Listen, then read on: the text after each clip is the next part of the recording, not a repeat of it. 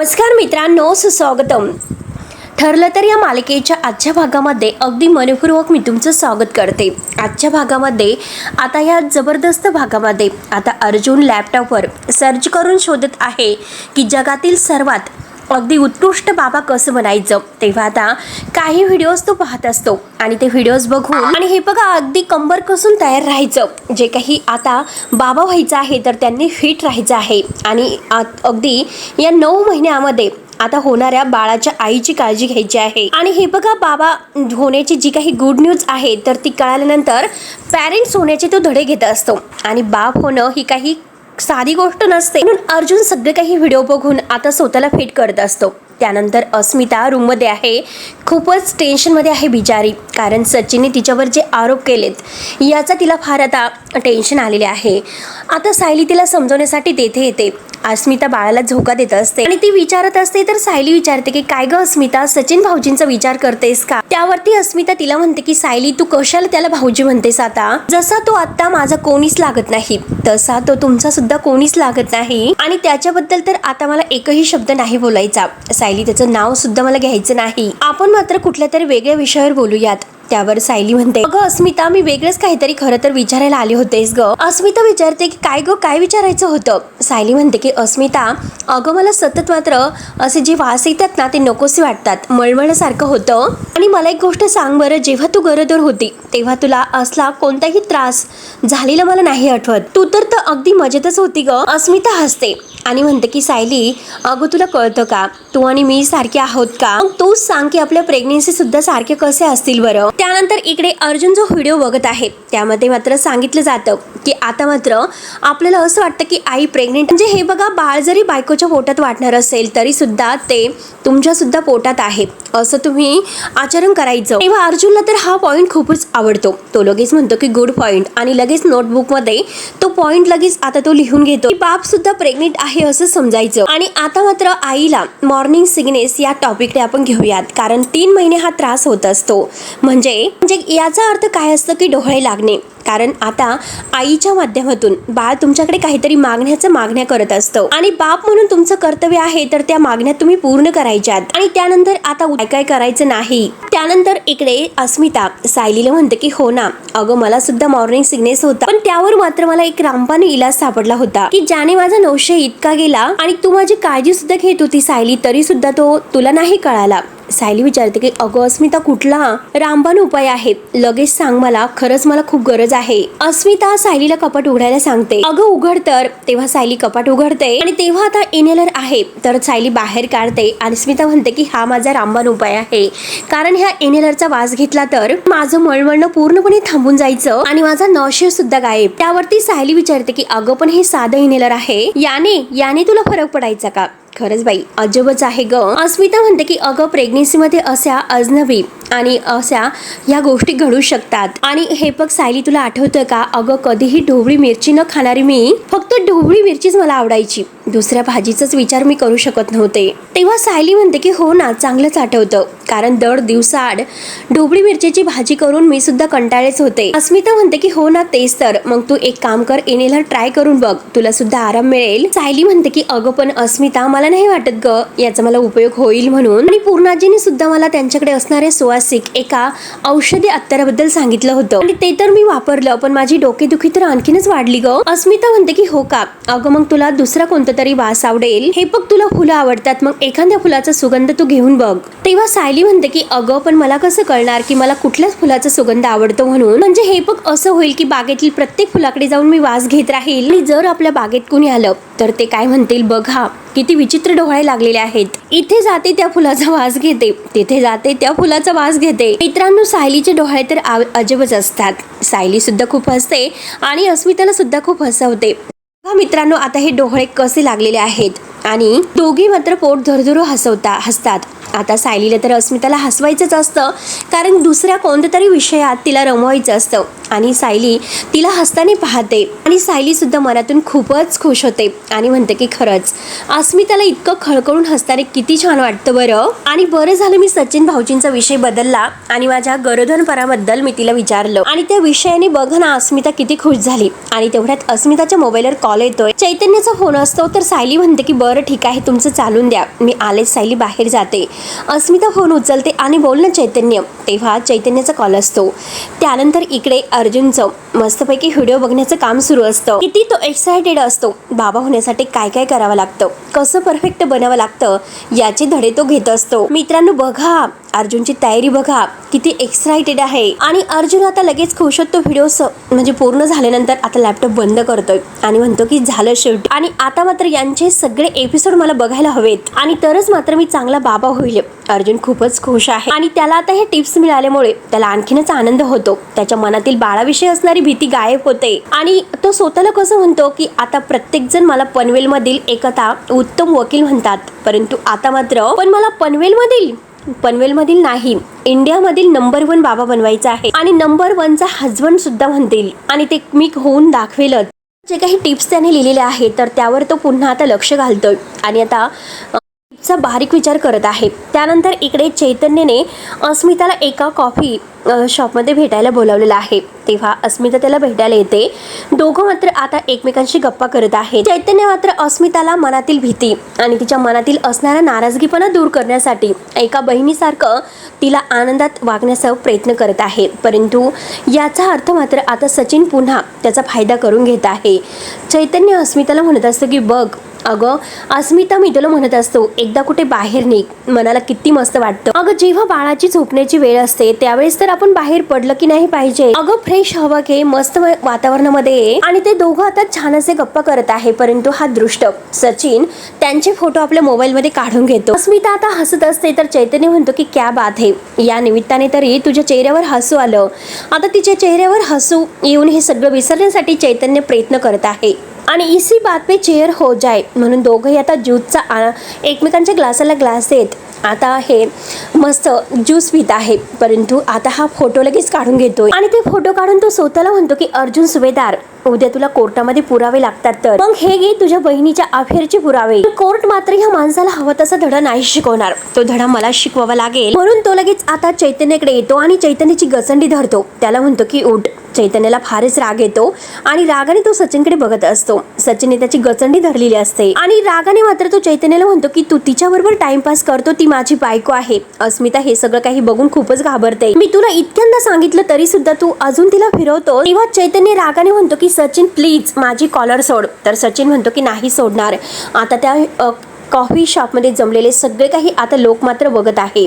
तेव्हा चैतन्य इकडे तिकडे बघतोय आणि सचिनला कॉलर सोड असे म्हणतो. सचिन तर ऐकायला तयार नसतो. सचिन म्हणतो की काय करणार आहेस, नाही सोडणार मी. तेव्हा आता अस्मिताला खूपच राग येतो. अस्मिता म्हणते की मूर्खपणा बंद कर, सचिन सोड त्याला. तेव्हा सचिन म्हणतो की याला तर मी अगदी फरफटत पोलीस स्टेशनला घेऊन जाणार आहे आणि तीच याची लायकी आहे. त्यावर आता चैतन्य रागानेच म्हणतो की पोलीस स्टेशन, असा काय गुन्हा केलेला आहे रे मी, आणि प्लीज तू तमाशे करू नको, सगळेजण बघतात. तर सचिन म्हणतो की हो बघू दे तुझ्यासारख्या लफडीबाज माणसाला. तेव्हा चैतन्याला फारच राग येतो आणि चैतन्य मात्र आता जोराने त्याला ढकलणार. तो सचिन लगेच चैतन्याला जोराने लोटून देतो आणि तेव्हा टेबलवरील जे काही आता तो टेबल आहे चैतन्याच्या अंगावर पडतो. चैतन्य खाली पडतो आणि सचिन त्याच्या अंगावर धावून येतो आणि त्याच वेळेस आता सचिन लाथेने मात्र त्याच्या पोटामध्ये लाथा मारत असतो. अस्मिता जोरजोराने ओरडत असते.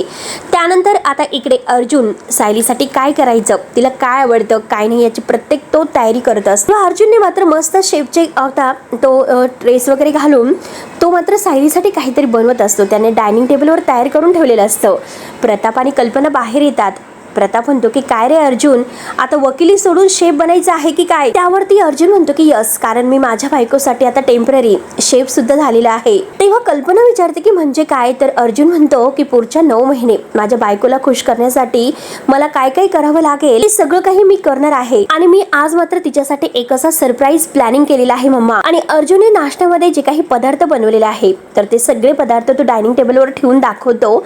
तर कल्पना म्हणते की अर्जुन हे सर्व काय करून ठेवलं. त्यावरती आता अर्जुन म्हणतो की मम्मा शांत, मी सगळं काही सांगतो, मी आत्ता जातो आणि सायलीला खाली घेऊन येतोय. आणि मग हे सगळं बघून ती जेव्हा खुश होईल तेव्हा ते आता जे काही दृश्य आहे तर ते आपण बघूया. मी येतो असे बोलून तो लगेच आता आतमध्ये निघून जातो. कल्पना आवाज देते की दादा, ओ दादा, आणि सगळ्यांना मात्र खूपच हसायला येतं. अर्जुनची ती आता तयारी बघून कल्पना म्हणते की अरे अरे देवा, अर्जुनला कोण समजवणार बरं. तेव्हा प्रताप म्हणतो की अगं कशाला काय समजायची गरज आहे, अगं बाप बनण्याचा उत्साह त्याच्यामध्ये इतका वाढलेला आहे, त्याला काय करू आणि काय नको असं झालेलं आहे. बघ ना त्याची तयारी, त्यामुळे करून दे, त्याला काय असेल ते करून दे, कारण तो जेवढा हवेत जाईल तेवढा लवकरच जमिनीवर आदळणार आहे. तर आणि तेवढ्यात आता अर्जुन सायलीच्या हाताला धरतो आणि चल चल खाली चल, मी तुझ्यासाठी सरप्राईज प्लॅनिंग केलेलं आहे म्हणून तिच्या हाताला धरून खाली घेऊन येत असतो. सायली म्हणते की अहो कुठे घेऊन चाललात तुम्ही मला, आणि आता कसलं सरप्राईज. आता अर्जुन म्हणतो की अगं ती सांगण्याची गोष्ट नाही, अगं बायको ती दाखवण्याची गोष्ट आहे, आणि चल पटपट खाली ये. आणि हे बघ तुला पटपट खाली उतरायला नाही जमणार, मी तुला उचलून घेतो. तो उचलणार तोच सायली म्हणते की अहो काय हे, तुम्हाला किती वेळेस सांगायचं हो असं, आता ह्या वेळेस मात्र असं उचलून वगैरे घ्यायचं नाही. तेव्हा आता कल्पना, विमल, प्रताप हे सगळं काही बघून हसतात आणि त्यांना खूप हसू येत असतं. तेव्हा अर्जुन पुन्हा सॉरी म्हणतो, तुम्हाला सांगितलं होतं परंतु माझ्या एक्साइटमेंट मध्ये मी खरंच विसरून गेलो सायली, आणि हे बघ तू तुझ्या स्पीडने खाली ये, पण डायनिंग टेबलकडे मात्र बघायचं नाही. सायली म्हणते की बरं बरं. तेव्हा अर्जुन तिला अगदी हळूच अगदी तिला धरून खाली घेऊन येत असतो आणि म्हणतो की हे बघ ही मात्र तुझ्यासाठी केलेली मी स्पेशल एक मस्त खास गोष्ट आहे आणि ती लगेच बघायची नाही, आणि हे बघ मला 100 पैकी 100 मार्क्स हवे आहेत. तेव्हा सायली म्हणते की अहो पण मला बघून द्या ना अगोदर. आणि तो तेव्हा सायली आता डायनिंग टेबल जवळ येते आणि म्हणते की हे एवढं सरप्राईज. अर्जुन विचारतो की काय, कसं वाटलं सरप्राईज. आणि हे बघ आता अर्जुन म्हणतो की तुला जे जे काही आवडतं ना ते सगळं काही आहे त्यामध्ये, आणि त्यातील सगळं काही थोडं थोडं खाऊन घ्यायचं. तेव्हा आता सायलीला हे सगळं काही बघून आता आणखीन मळमळायला सुरुवात होते, आणि आता इतके सगळे काही पदार्थ ती बघून म्हणते अहो हे बघा तुम्ही इतके सगळे पदार्थ एकाच वेळेस का मागवले बरं, का बरं. तेव्हा आता अर्जुन म्हणतो की हो ना, कारण मी सांगितलं होतं की माझी बायको प्रेग्नेंट आहे आणि तिला जे जे काही आवडतं ना ते सगळं काही अगदी खायला द्या, आणि म्हणूनच मात्र आवडत्या रेस्टॉरंटमधून हे सगळं काही मी मागून घेतलेलं आहे. तर तेव्हा आता सायलीला तर आता हे सगळे काही पदार्थ बघून मळमळायला होतं. तेव्हा लगेच अर्जुन म्हणतो की अगं बायको खाऊन घे. तेव्हा सायली म्हणते की अहो हे सगळे पदार्थ बघून तर मला खरंच खूप मळमळायला होतं, आणि सायलीला खरंच मळमळायला होतं, आणि सायली धावतच आता पळत असते. तेव्हा लगेच कल्पना म्हणते की अगं हळूच पळत जाऊ नकोस. तेव्हा कल्पना ते सगळे काही पदार्थ उचलून फ्रीजमध्ये ठेवून द्यायला सांगते. अर्जुनचा चेहरा मात्र मित्रांनो पडतोय. अर्जुन म्हणतो की मी इतकं काही सायलीसाठी केलं आणि तिला असं उलटीसारखं का झालं असेल. अर्जुनचा चेहरा लगेच पडतो आणि तो खूपच नाराज होतोय, आणि तो कल्पनाला विचारतो की काय ग मम्मा माझं काही चुकलं का. त्यावरती कल्पना म्हणते की नाही रे तुझं काही चुकलं नाही, कारण कसं आहे की इतक्या सगळ्या पदार्थाच्या वासाने सायलीला मळमळायला सुरुवात झाली असेल, आणि हे सगळं येथून जर नाही उचललं तर मात्र ते सगळं हॉलमधून नाहीच उचलू शकणार, म्हणजे सायली इथे येऊ शकणार नाही. तेव्हा आता अर्जुन म्हणतो की हो ना मम्मा मी जरा जास्तच केलं, 100 पैकी 100 मार्क्स मिळायला गेलो आणि मिळालं मात्र काय अंड. त्यावरती प्रताप म्हणतो की अर्जुन अरे तसं काही नाही, तू इतकं वाईट वाटून घेऊ नकोस. आणि तेवढ्याच सायली आता बाहेर येते. तेव्हा लगेच सगळेजण विचारतात की काय झालं सायली, बरं वाटतं का. तेव्हा सायली विचारते की आई अहो मला इतका का त्रास होतोय, कुठलाही वास मला सहन होत नाही, आणि आता मला डोकं सुद्धा खूपच जड झालेलं आहे. तेव्हा कल्पना तिला म्हणते की बस बरं सायली, आणि तिला हाताला धरून ते खुर्चीवर बसवते, आणि कल्पना म्हणते की हे बघ अगं सायली ह्या दिवसामध्ये असा त्रास होतच असतो आणि तुला जरा जास्तच होतोय. आणि विमलला मात्र ती म्हणते की हे बघ एका वाटीमध्ये लिंबाचा रस आणि दुसऱ्या वाटीमध्ये वेलची आणि पुदिन्याचे पाने घेऊन ये, मग बघूयात आपण सायलीला यातील काही उपयोग होतो का. तेव्हा आता विमलताई घाईने ट्रे मध्ये त्या वाट्या घेऊन येतात आणि सायलीला ती वास घ्यायला सांगते प्रत्येक आता त्या गोष्टीचा, आणि म्हणते की काहीतरी आता ह्या वासामुळे तुला नक्कीच कोणत्या तरी याचा फरक पडेल. तेव्हा आता सायली लिंबाच्या पानांचा वास घेते, पण तिला आणखीनच मळमळायला होतं. सायलीला खूप त्रास होत असतो आणि तिला आणखीन मळमळायला होऊन ती फक्त ओढणीने आपलं तोंड दाबते. पण आता त्यातील काही उपायामुळे सायलीला काहीच होत नाही, कारण तिला खूपच आणखीनच त्रास व्हायला सुरुवात होतो. सायली म्हणते की नाही आई मला कशानेच फरक पडत नाही. तेव्हा आता सायलीला आणखीन त्रास होतो, तर कल्पना आता टेन्शन मध्ये येते. प्रताप विचारतो की काय ग कल्पना, आता काय करायचं? तेव्हा कल्पना म्हणते की हो ना, मला सुद्धा खरंच काही सुचत नाही. तेवढ्यात अर्जुन धावतच खाली येतो आणि परफ्यूमची बॉटल ती घेऊन आता हातामध्ये आलेला असतो आणि म्हणतो की हे बघ सायली, आणि हे बघ सायली, तुला आता त्या पदार्थांचा वास अगदी खूप नकोनासं झाला असेल, त्रास होत असेल, तर तू मात्र आता हा परफ्यूमचा वास घे. आणि तो जवळ घेऊन यायला लागणार तो सायली म्हणते की नको नको, अहो इतक्या उग्र ह्या अति वासामुळे मला आणखीन त्रास होतोय, नको. आणि जा जा तुम्ही, नको नको मला, म्हणून ती आपलं ओढणीने तोंड दाबून घेते, नाक वगैरे. तेव्हा अर्जुन खूपच घाबरत ती बॉटल घेऊन आतमध्ये धावत असतो. तेव्हा कल्पना, विमल यांना सगळ्यांना आता सायलीची काळजी वाटते आणि सायलीचे आता डोकं सुद्धा खूप जड पडलेलं असतं. त्यानंतर आता इकडे या म्हणजे सचिनने चैतन्याला अगदी रक्त त्याच्या डोक्यातून निघत आहे, इतकं बेदम मारलेलं असतं, खूपच तो मारत असतो. चैतन्याच्या डोक्यातून रक्त येत आहे आणि अस्मिता जोरजोराने किंचाळत आहे आजूबाजूच्या लोकांना सोडा म्हणून, परंतु कोणी त्यांच्यामध्ये येत नसतं आणि हा सचिन चैतन्याला मारत असतो. त्याच वेळेस तेथे हॉटेलमधील जे काही वेटर वगैरे आहे तर ते सचिनला धरतात. सचिन त्यांना म्हणतो की सोडा मला, सोडा, लवकरात लवकर मला सोडा. अस्मिता चैतन्याला हाताला धरून उठवते आणि या सचिनला म्हणते की तुला वेड लागलेला आहे का? तेव्हा सचिन म्हणतो की वेड तर तुला लागलेला आहे, अगं आपलं लग्न झालं असताना मात्र याच्याबरोबर फिरायला तुला लाज नाही वाटत का? तर अस्मिता म्हणते की तुझा आणि माझा काही एक संबंध नाही. सचिन म्हणतो की आता नाही म्हणजे कसं? हे बघ आपला अजूनपर्यंत डिव्होर्स झालेला नाही. चैतन्य रागाने बघत असतो, त्याच्या डोक्यातून रक्त येत आहे. सचिन रागाने म्हणतो की काय ग, तू कोर्टामध्ये माझ्याकडून पोटगी मागितलीस का? कशाला तुला पोटगी हवी आहे ग? इथे याच्याबरोबर असे इथे येऊन धंदे करायला का? तेव्हा आता अस्मिताला फारच राग येतो. अस्मिता म्हणते की गप्प बस सचिन, घरी सुद्धा तू माझ्यावर मात्र जे काही खोटे आरोप केलेले आहेत आणि इथे बाहेर सुद्धा तू तेच करतोय, चार चौघामध्ये तू तेच करणार आहेस का? सचिन म्हणतो की हो नक्कीच. सचिन म्हणतो की हो करणारच. आणि काय एकमेकांना बहीण भाऊ समजतात का तुम्ही? इथे येऊन तुमचे कोणते धंदे सुरू आहे? त्यावर आता चैतन्य तर इतका भडकलेला आहे, तो म्हणतो की सचिन आत्ताच्या आता इथून निघायचं, नाहीतर हे सर्व तुला खरंच खूप महागात पडेल. आणि तेवढ्यात आता तेथील जो काही सीसीटीव्ही आहे तर तो चालू असतो. सचिनचं लक्ष त्याकडे जातं आणि तेथील तो वेटरला आता त्याला सोडवायला सांगतो आणि म्हणतो की आता वारे वा, म्हणजे माझी बायको आणि तिचा मित्र इथे लफडी करणार आणि वर मात्र माझ्यावर दादागिरी करतो. तुमची ही लफडी मी चालून देणार नाही, हे लक्षात ठेव, याद राखतो. आणि अस्मिला म्हणतो की हो तू सुद्धा लिमिट क्रॉस केलेला आहे, तुम्हाला खूप हर्ट केलेला आहे, आणि रागाने तेथून निघून जातो. तेव्हा आता काहीतरी सीसीटीव्हीचा तो उपयोग करून घेतो. त्यानंतर आता अस्मिता ही रडत असते आणि म्हणते की खरंच अरे चैतन्य, मला वाटलं नव्हतं की हा सचिन इतक्या खालच्या थराला जाईल म्हणून, आणि खरंच सॉरी बर का. तेव्हा चैतन्य म्हणतो की अगं अस्मिता तू कशाला सॉरी म्हणते? तेव्हा आता आजूबाजूचे सगळेजण बघत आहे. तेव्हा चैतन्य सगळ्यांना सॉरी सॉरी करतो, सगळेजण आपापल्या ठिकाणी निघून जातात. तर अस्मिता म्हणते की अरे चैतन्य तुला खूप लागलेला आहे, चल आपण लगेच डॉक्टरांकडे जाऊया. आणि थांब एक मिनिट. तेव्हा चैतन्य म्हणतो की अगं अस्मिता ताई मला काही झालेलं नाही. अस्मिता घाईने आपली बॅग वगैरे घेते आणि चैतन्याच्या हाताला धरून त्याला घरी घेऊन येते. त्यानंतर आता इकडे कल्पना मात्र विमलला आपल्या बागेमधून वेगवेगळी अशी फुलं आणायला सांगते. विमलताई विचारतात की काय अहो वहिनी फुलं कशासाठी? अर्जुन, सायली, प्रताप हे सगळेजण एकत्र बसलेले आहेत. तेव्हा कल्पना म्हणते की अगं अर्जुनच्या वेळी जेव्हा मी प्रेग्नेंट होते तेव्हा फुलांचा वास घेतल्यानंतर माझं मळमळायचं थांबायचं, आणि काय सांगावं सायलीचं सुद्धा तसंच होईल. तर विमलताई म्हणतात की हो लगेच घेऊन येते. तर अर्जुन म्हणतो की हो हो लवकर जा. तेव्हा आता प्रताप सायलीला विचारतो की सायली अगं तुला खरंच खूप त्रास होतो का? तेव्हा सायली हो म्हणते. अर्जुन म्हणतो की अगं सायली ते सगळे पदार्थ आहे ना तर मी फ्रीज मध्ये ठेवून दिलेत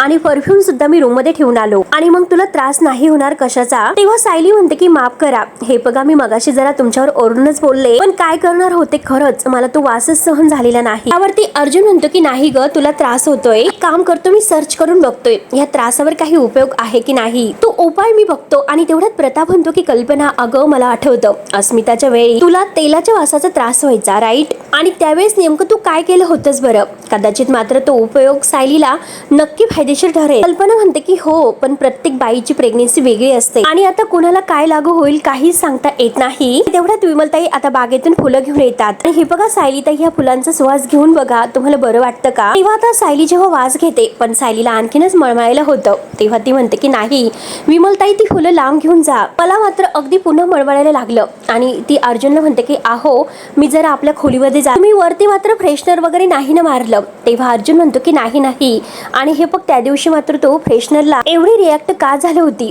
ते मला आता कळाले, त्यामुळे फ्रेशनर मी आताच ठेवलेला आहे. तेव्हा आता सायली म्हणते की हो मी जाते. कल्पना म्हणते की हो हो जातो. आणि सायलीला मळमळायला होत असतं, तिला आता खूपच असं उलटी झाल्यासारखं होत आहे. आणि तेवढ्यात ती वर जात असताना तिच्या मोबाईलवर फोन येतो. तेव्हा आता सायली म्हणते की बघा फोन. तर प्रताप म्हणतो की सायली अगं फोन घेण्याची काही गरज नाही, तू वर जा बरं आता. त्यावर सायली म्हणते की बाबा अहो अश्विन भाऊजींचा फोन आहे, म्हणजे त्यांना नक्कीच काहीतरी महत्वाचं बोलायचं असेल. तेव्हा आता सायली फोन उचलते, स्पीकरवर टाकते आणि म्हणते की बोला ना अश्विन भाऊजी, आम्ही सगळेजण एकत्रच आहोत आणि फोन स्पीकरवर आहे. तेव्हा अश्विन म्हणतो की बरं ठीक आहे, सगळ्यांनी ऐका, पूर्णाजीची जी काही आज ही डॉक्टर आहे तर ती आज येणार आहे. दुपारी जे काही घडलेलं आहे आज ते सगळं मी त्यांना सांगितलेलं आहे आणि त्यांच्या ट्रीटमेंट मध्ये त्या एक स्टेप मात्र पुढे जाणार आहेत. त्यावरती सायली विचारते की म्हणजे आज ते नक्की काय विचारणार आहेत. अश्विन म्हणतो की ते तर मला सुद्धा माहिती नाही, आणि त्या असं म्हणाले की पूर्णाजीची रिॲक्शन थोडीशी मात्र हार्ट असू शकते आणि कदाचित या सगळ्याचा पूर्णाजीला त्रास पण होऊ शकतो, आणि त्यासाठी आपण सगळ्यांनी रेडी राहायला हवं असं डॉक्टर म्हणाले. तेव्हा प्रताप विचारतो की अश्विन त्या जे काही करणार आहेत ते खरंच खूप गरजेचं आहे असं वाटतं का. अश्विन म्हणतो की डॅड अहो गरजेचं नसतं तर त्याच कशाला काही म्हणाल्या असत्यात. प्रताप म्हणतो की हो ते पण बरोबर आहे, त्यांना तू सांग की आम्ही तयार आहोत आणि यायला सांग. अश्विन म्हणतो की थोड्याच वेळात ते मला वेळ सांगणार आहेत आणि वेळ सांगितल्यानंतर मी तुम्हाला लगेच कळवतो त्या कधी येणार आहेत. सायली म्हणते की बरं अश्विन भाऊजी ठीक आहे, फोन ठेवते. आणि तेवढ्यात अस्मिता आणि चैतन्य येत आहे. अस्मिता ममा आणि डॅड करतच आलेली आहे. अर्जुन या सगळ्यांना मात्र ती आवाज देते आणि तेवढ्यात दोघं आत येतात. तर चैतन्याची ती अवस्था बघून सगळ्यांना एक धक्काच बसतो. सायली विचारते की चैतन्य, सगळेजण खूप घाबरतात. तर प्रताप विचारतो की अस्मिता. विमलताई म्हणतात की बापरे, सगळ्यांना एक प्रकारचा मोठा धक्का बसतो. त्यानंतर इकडे जेलमध्ये प्रिया जेवण करत आहे. लेडीज कॉन्स्टेबल तेथे येतात आणि म्हणतात की हे बघ मुली, तुला तुझ्या घरच्यांना निरोप पाठवायचा होता ना. प्रियाला तर फारच आनंद होतो. ती म्हणते की हो हो माझ्या घरच्यांना कळवायचं आहे की मी गरोदर आहे. मी जेलर साहेबांची परवानगी घेतली का. तेव्हा लेडीज कॉन्स्टेबल म्हणतात की हो घेतली, आणि ते म्हणाले की तू पत्र लिहू शकते आणि तू दिलेल्या पत्त्यावर आम्ही ते पोहोच करू शकतो. प्रिया म्हणते की हो चालेल, चला तर मोठं काम झालं माझं पूर्ण. मी गरोदर आहे हे जर एकदा ह्या कल्पीला कळालं आणि ती कल्पी मात्र नक्की पाघळेल. त्यानंतर इकडे जेव्हा आता सचिनने हे सगळं केलेलं आहे माहिती होतं, तर प्रताप रागाने म्हणतो की सचिनने तुझ्यावर हात उचलला. अर्जुन म्हणतो की तू फोन का केला नाही, नाहीतर इन्स्पेक्टर सावंतांना फोन करायचा होता, ते लगेच आले असते. चैतन्य म्हणतो की अरे अर्जुन काय होणार होतं, प्रकरण अगोदरच केवढं चिघळलेलं आहे. अस्मिता म्हणते की हो ना, मला सुद्धा त्यावेळेस काय करावं तेच सुचत नव्हतं. चैतन्याला खूप लागलेला आहे एवढाच विचार माझ्या मनात येत होता. तेव्हा अर्जुन खूपच भडकलेला आहे आणि तो म्हणतो की आता ह्या सचिनला मी नाही सोडणार, कारण मार खाल्ल्यानंतर कसं वाटतं हे त्याला कळायलाच हवं. आणि रागाने तू जायला निघतो. तर सायली म्हणते की अहो ऐका, डोक्यात राग घालून असं जाऊ नका. चैतन्य भाऊजींनी पोलिसांना नाही बोलावलं आणि तुम्ही जर काही वेडवाकडं केलं आणि तो सचिन मात्र पोलिसांना बोलवेल. तेव्हा चैतन्य म्हणतो की अरे अर्जुन, खरंच तू सुद्धा रागाच्या भरात काहीतरी करशील आणि कोर्टामध्ये ते सगळ्यांना आपल्या महागात पडेल. त्यावर त्या अस्मिता म्हणते की माझीच चूक झाली. मी चैतन्याला म्हणाले होते की घरामध्ये बसून बसून कोंडल्यासारखं होतं आणि म्हणून त्याने कॅफेमध्ये जाण्याचा प्लॅन ठरवलेला होता, मी जायलाच नको होतं. त्यावरती प्रताप म्हणतो की अस्मिता अगं यात तुझी काही चूक नाही. अगं ते सचिनच्या मनामध्ये विष भरलेला आहे, त्याला कोण काय करणार आहे बरं. तेव्हा अस्मिता म्हणते की हो ना, म्हणूनच मला प्रश्न पडतो की अशा माणसाबरोबर मी प्रेम का केलं, तो माणूस म्हणून घेण्याच्या लायकीचा सुद्धा नाही. तेव्हा कल्पना म्हणते की हे बघा, कोणीही रागाच्या भरात काही करू नका, फक्त त्या सचिनला कसा आता शिक्षा होईल हे अर्जुन तू जास्तीत जास्त शिक्षा व्हायला हवी. आणि आता अर्जुन त्याला जास्त पोटगी मागायला सुरुवात कर, त्याला धडा शिकवलाच पाहिजे, चांगलीच अद्दल त्याला घडली पाहिजे. तेव्हा अर्जुन म्हणतो की हो ते तर होणारच आहे आणि त्याला अद्दल तर घडणारच आहे. आणि आता तो जो काही चैतन्याला तो मलमपट्टी वगैरे करत असतो, सायलीला त्याचा खूपच त्रास होतो. तेव्हा अस्मिता विचारते की सायली तुला त्रास होतो का. सायली म्हणते की हो. तर कल्पना तिला वर जायला सांगते आणि तेवढ्यात पुन्हा सायलीच्या मोबाईलवर अश्विनचा फोन येतो. तेव्हा आता सायली फोन उचलते आणि बोला ना अश्विन भाऊजी असं म्हणते. तर अश्विन म्हणतो मला डॉक्टरांचा फोन आला होता आणि त्या संध्याकाळी 5 वाजता आजीला भेटायला येतात आणि मी त्यांना घेऊनच येतो. तेव्हा आता सायली म्हणते की बरं चालेल. अश्विन म्हणतो की आपण सगळ्यांनी मात्र तिथे त्यावेळेस हजर राहायला हवं. सायली म्हणते की बरं ठीक आहे. सायली म्हणते की या तुम्ही, आम्ही सगळेजण घरातच आहोत. त्यानंतर आता ही साक्षी मात्र आपली प्लॅस्टिक सर्जरी करण्यासाठी डॉक्टरांकडे आलेली आहे. डॉक्टर सगळे काही रिपोर्ट वगैरे बघतात आणि तिला विचारतात की मी दिलेली सगळी औषध तुम्ही घेतलेली आहेत का. साक्षी म्हणते की हो डॉक्टर. आणि म्हणतात की हे बघा, नॉर्मली मात्र आम्ही चेहरा जर बिघडला असेल तर अशा सर्जरी करत असतो, पण तुम्हाला मात्र तुमचा पूर्ण चेहराच बदलायचा आहे. आणि हे बघा, हे काम मात्र एका सर्जरीत नाही होऊ शकत. यामध्ये काहीसाठी मल्टी टेस्ट सुद्धा करावे लागते. जे कपाळाची सर्जरी वेगळी असते, नाकाचा जर आकार बदलायचा असेल तर ती सर्जरी वेगळी असते. आणि ह्या सगळ्या सर्जरीमध्ये रिकवर होण्यासाठी बराचसा कालावधी जाऊ शकतो. आणि या सगळ्याला तुमची तयारी आहे का. साक्षी म्हणते की हो डॉक्टर, फक्त अट तुम्हाला इतकी आहे की माझा चेहरा पूर्णपणे बदलायला हवा. डॉक्टर म्हणतात की ठीक आहे. आणि डॉक्टर फोन करून आता ऑपरेशनची तयारी करायला सांगतात. साक्षीला स्पेशल रूम मध्ये बसायला सांगतात. तेव्हा साक्षी म्हणते की ठीक आहे. तर ती उठते आणि मनात म्हणते की अर्जुन सुभेदार तू कितीही हातपाय जरी मारले तरी सुद्धा तो ओळखू शकणार नाही की साक्षी शिकरे आहे तरी कोण. त्यानंतर आता इकडे सायलीला जो काही त्रास होत आहे त्यासाठी आता अर्जुन सुद्धा काहीतरी टिप्स वाचत आहे, प्रताप सुद्धा, आणि कल्पना, विमल ह्या प्रत्येक वास मात्र सायलीला देत. आता सायलीला नक्की आता फरक कशाने पडतो याचे वर उपाय शोधत असतात. सगळ्यांची तयारी सुरू असते, पण सायलीला कोणत्याच गोष्टीचा अजूनपर्यंत काही इलाज झालेला नसतो. सायलीला आणखीनच त्रास होतोय ते बघून आता अर्जुन म्हणतो की बास झालं, आता तुला कशाचाच वास सहन होत नाही, त्यामुळे तुझ्या डॉक्टरांकडे आपण आत्ताच जाऊयात आणि त्यांना विचारूया. आणि चल बरं. तेव्हा आता सायली म्हणते की अहो नाही, डॉक्टरांनी सांगितलेलं आहे की पहिले 3 महिने मला असा त्रास होणारच आहे, नको जायला, आपण वाट बघूयात. विमलताई म्हणतात की अहो सायलीताई, पण काहीतरी औषध डॉक्टर देतील आणि ते औषध तुम्हाला घ्यावंच लागेल. आणि तेवढ्यात प्रतिमाचा फोन येतो. तेव्हा कल्पना फोन उचलते तर प्रतिमा विचारते की अगं सायली कशी आहे, तिच्याकडे फोन दे बरं. आणि तिला काहीतरी आता हा मॉर्निंग सिकनेसचा त्रास होतोय असं म्हणाली होती तर. आणि खरं तर मला सायलीशी बोलायचं आहे, पण असं फोनवर नकोय, मी तेथे येईल आणि तिला जवळ घेऊन तिचं अभिनंदन करेल. कल्पना म्हणते की हो ये, आणि तुला प्रत्यक्षात दिसेल सायली कशी आहे. प्रतिमा विचारते की काय झालं. अर्जुन धावतच येतो आणि कल्पना म्हणतो की तू आत्याला विचार बरं, या सिच्युएशन मध्ये आपण काय करू शकतो. कल्पना म्हणते की अरे तूच बोल, आणि कल्पना अर्जुनच्या हातात मोबाईल देते. अर्जुन म्हणतो की अगं आत्या, एक प्रॉब्लेम आहे आणि त्यासाठी मला तुझी हेल्प लागेल. प्रतिमा विचारते की अरे काय झालं. अर्जुन म्हणतो की अगं सायलीला ह्या सगळ्या वासांचा खूप त्रास होतोय आणि कळतच नाही की काय करावं. तेव्हा अर्जुन सगळं काही सांगत असतो. प्रतिमा आत्याच्या लगेच लक्षात येते आणि प्रतिमा आत्या जोरजोराने हसायला सुरुवात करते.